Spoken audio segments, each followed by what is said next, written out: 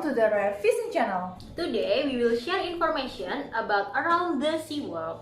Let's explore the sea! Mid-Atlantic blue marlin fishing. Blue marlin are an apex predator and ideal game fish. The Atlantic blue marlin represents the premier target for offshore anglers. The blue marlin is fast, agile, beautiful and tends to live in gorgeous, tropical places. The fight of a blue marlin is punctuated with bursts of explosive power, greyhounding jumps across the ocean and vicious head shakes. A member of the Istiophoridae family, this migratory billfish is known to make massive migrations. In the 2011 Great Marlin Race, a 575-pound Atlantic blue marlin traveled 4,776 nautical miles in just 120 days. Swimming from Puerto Rico across the equator and ending up near the coast of Angola, Africa. You can find blue marlin in subtropical waters ranging from 45 degrees north to 50 degrees south. In the western Atlantic, blue marlin are known to follow the warm waters of the Gulf Stream as far north as Georges Bank. Brazil and the area of Charlotte Bank in particular are home to some of the larger populations of blue marlin on the southwestern side of the Atlantic.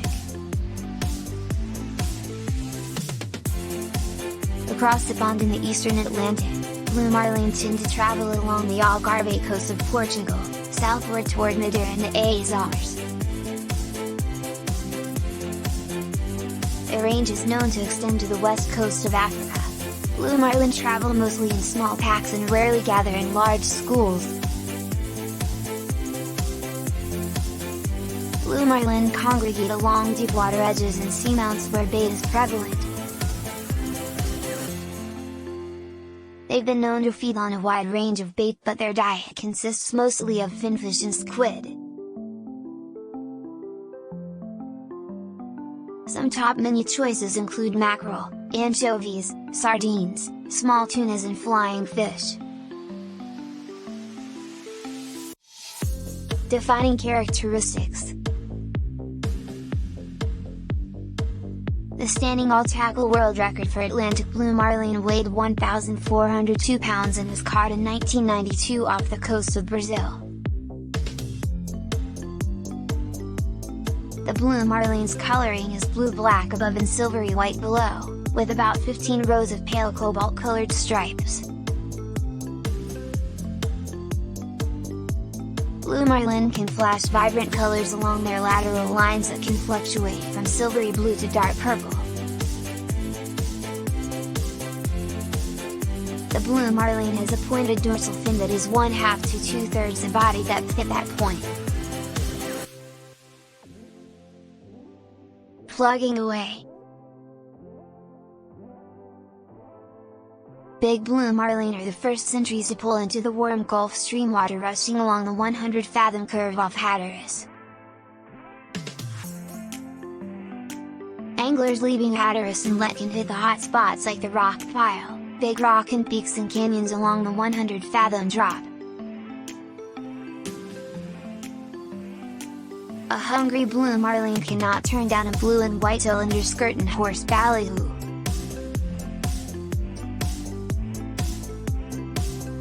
But tournament rules prohibiting J-hooks and natural baits have had anglers experimenting with large plugs and circle hook rig pitch baits. A typical plug spread would include small plugs on the long riggers with larger models on the short riggers, flat line and shotgun positions. Teasers draw blue ones into the spread. Most crews run a squid sheen with an cylinder trailer on one side of the boat and a huge plug on the other. Keep a circle hook rigged Spanish mackerel ready to pitch at a window shopping blue marlin. All it takes is 4 to 6, 50 and 80-pound rod and reel combos and a couple teasers, perfect for small boats and enthusiastic anglers. As the season progresses, white marlin and sailfish join blue marlin off Hatteras by late May.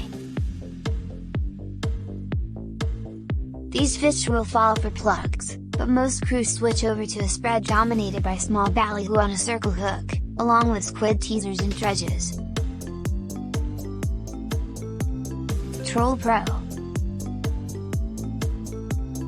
By early summer, white marlin and blues will mix with dolphin and tuna patrolling the edge of North Carolina up to Ocean City, Maryland. By late summer and early fall, gangs of white marlin follow schools of baits out on eddies swirling along the shelf. Trolling small ballyhoo on circle hooks in between teasers and dredges is the go-to tactic for white marlin. Tournament pros have honed the spread and the tactics down to its most effective and efficient form.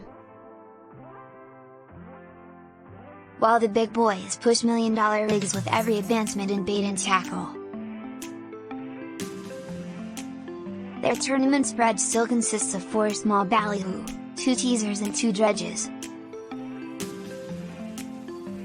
The philosophy revolves around a circle hook. Circle hooks save lives. Research has proven that marlin caught with a J-hook have a greater chance of dying after release, so anglers have switched over to circle hooks. As soon as a marlin shows up, the angler must respond by dropping the bait back to the marlin. When the bite is firing and competition is hot, the anglers will hold the rods in hand, reels already in freeze pool, and wait for a shot. There are several ways to rig a ballyhoo with a circle hook. Scientists who study circle hook marlin fishing have determined that using floss to lash the hook, the ballyhoo's head provides the best hookup ratio, but most of the pros use a small swivel and light wire to attach the hook to the bait. They argue that the swivel gives the bait better action. However, the baits are rigged, a prepared crew will have plenty on board. Pro mates will rig 100 ballyhoo and tie an equal number of rigs before leaving the dock. Rig 'em up. Start with a 30-pound Class 2 speed reel spooled with 30-pound mono and matching rod. Use a bimini and no name knot to attach a 24-foot piece of 80-pound clear mono leader with a 100-pound ball-bearing snap swivel. Add a 5-foot leader of 60-pound fluorocarbon with a surgeon's loop on one end and a 60 to 70 circle hook on the other. Keep a couple rods rigged and always have a heavier 80-pound class combo ready with a whole Spanish mackerel to throw at a big blue one. Marlin pros reason that running 4 lines allows the crew to focus on fewer baits while the fish are drawn to the boat by teasers and dredges. Most boats run squid chain teasers with 9-inch squid and a chain punctuated with a large ballyhoo behind L underskirt. Thanks for watching this video. Don't forget to like, Comment, share, and subscribe this channel. See you later!